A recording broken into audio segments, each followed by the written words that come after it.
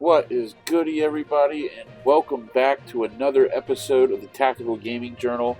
We got some pretty big news over the week. Hell Let Loose has all but pretty much been announced for console. That's right, guys. One of the most visceral, tactical, realistic milsim, or military simulator, is coming to the Xbox Series X and the PS5. In other news, a shooter that was supposed to come out 10 years ago is seeing new life. A shooter that was probably one of the most controversial shooters ever made. But 10 years have come by and it is about to come out. We're going to take a look at a new gameplay trailer for 6 Days in Fallujah. We got a couple other little stories to look at. And of course, we're still doing a weekly Steam Key giveaway. So if you're looking to get in on that, stay tuned and I'll give you details on exactly how to enter.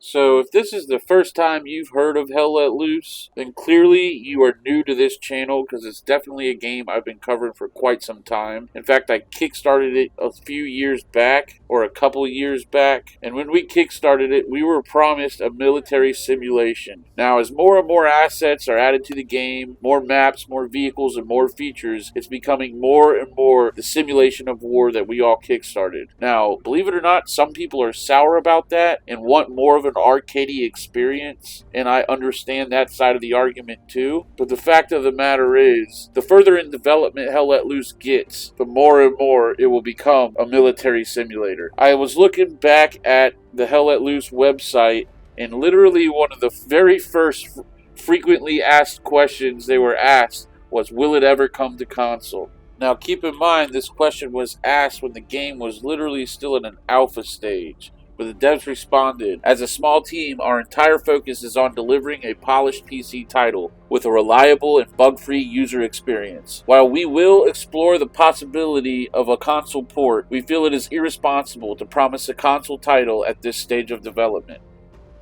But hey, we've been 2 years into development, and apparently they have decided to port this thing over to the Xbox Series X and PS5. Now, I'm sure this is some kind of leak from Black Matter or Team 17 itself, because as most of you probably already know, Black Matter is probably one of the most transparent dev teams I've ever seen. It's probably Hell Let Loose's biggest strong point. I mean, you always hear these games saying it and claiming it, but Black Matter really does listen to its consumer and act on that feedback. So my guess is this is some kind of leak. I know whenever, it just has to do with business or something like that, kind of like whenever they find like console games listed in a Walmart like stock book or something like that. I'm sure it's similar to that, because I've yet to see this anywhere on the Hell Let Loose Discord or in the Hell Let Loose Reddit, and I'm sure Black Matter would love to tell us, I'd think, but clearly this has had something to do with business, and they're not coming out and saying it for a reason, I'm sure. I mean, I found this on like GameRant.com, and there's several websites talking about it. I mean, there is a small possibility this could be completely fakery. Who knows? But it does seem 99.9%, I'd say, legit. So, now, don't expect this anytime soon. Porting a game, especially like this, with so many features and so many buttons, like, they're going to have to figure out how to work this on a controller to begin with. But definitely do not expect this anytime soon. I would imagine that they're going to get to at least full release on the PC, and then it would probably come a year at least, or 2 years after that. So, if you're a console guy, I wouldn't hold off building a PC rig. I mean, you need to come on over to the dark side anyway, and PC Master Race. Let's be serious. I don't know how you're still playing with the joysticks. On that topic, maybe this could be the dawn of keyboard and mouse being used on consoles. I don't know why. I remember buying a Dreamcast when I was a kid, and I had the keyboard and mouse, and I played Quake Arena, or Quake 3 Arena on the Dreamcast. I would literally go into a lobby and just tell all of them, hey, all of you guys versus me. And they're like, what, are you a hacker? And I would whoop them, and they claim I hack, and I would say, no, I have a keyboard and mouse, it's much better. And these kids would literally say, joystick's better than keyboard and mouse. But anyway, I mean, of course, this is long before the 18 aim assist that like Call of Duty and all these modern day shooters have. But anyway, Who knows, man? Could you imagine keyboard and mouse getting popular on console? That would open up so many doors. Imagine real-time strategy games actually being feasible. And I'm not talking about turn-based games like Civilization. That's, yeah, you can pull that off with a controller. I'm talking about games like StarCraft, Age of Empires. And you got Age of Empires 4 right around the corner. That would be a great thing for the Xbox. Get yourself a keyboard and mouse and enjoy gaming like it's meant to be. All right, now I'm biased. But yeah, I could never, I don't understand. Once you go a keyboard and mouse in your hands, you could never go back to a controller. But anyway, this is really exciting news. I mean, this is the first milsim since like Operation Flashpoint, if any of you guys are old enough to remember that on like the very first Xbox. This really could open up doors and really help out the genre we all love with the milsims and the tactical shooters. We need extra players. We need more players. And shoot, if we can cross-play with console players, I'm all for it. I mean, I don't want any of them on my team, but it's a whole nother topic.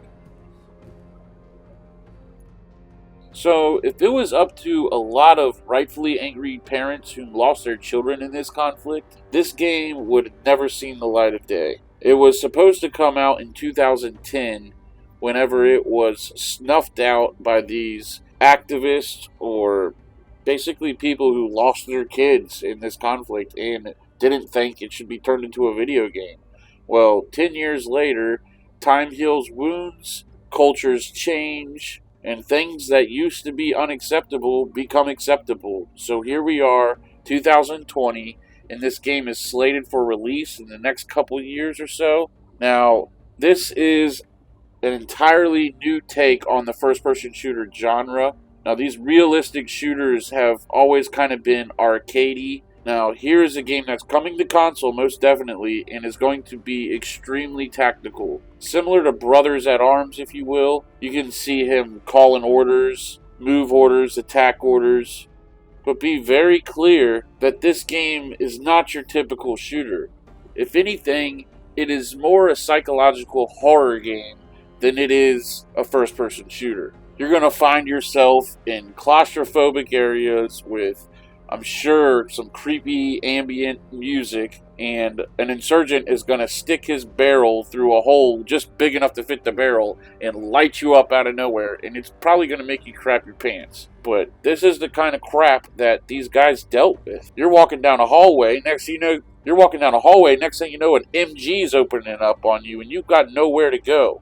Now, apparently, the maps are going to be procedural, which is awesome for replay value. Now, it's not confirmed, but I really hope this is at least co-op. Now, I doubt you'll be able to play as the insurgents in a multiplayer mode, which would be really cool, but I'm pretty sure this is, like I said, more of a psychological horror game, and it could possibly only be one player. Now, the 2010 version, long ago, they were planning on having completely destructible environments. Now, for some reason, as we all know, that is something everybody wants, but is very hard for studios to pull off. And I don't think we're going to get that with this game, just so you know. But something really cool I like about this gameplay is how he shoulder aims. He's not aiming down the sights. Now, some of you know that, Marines and Army are taught to aim with both eyes open because they're typically using an optic. But that is something, like, I play paintball, and that is something I do. I put the barrel right up next to my eye. So it's cool to see this implemented in a game. I've never really seen it in any other games that I can think of.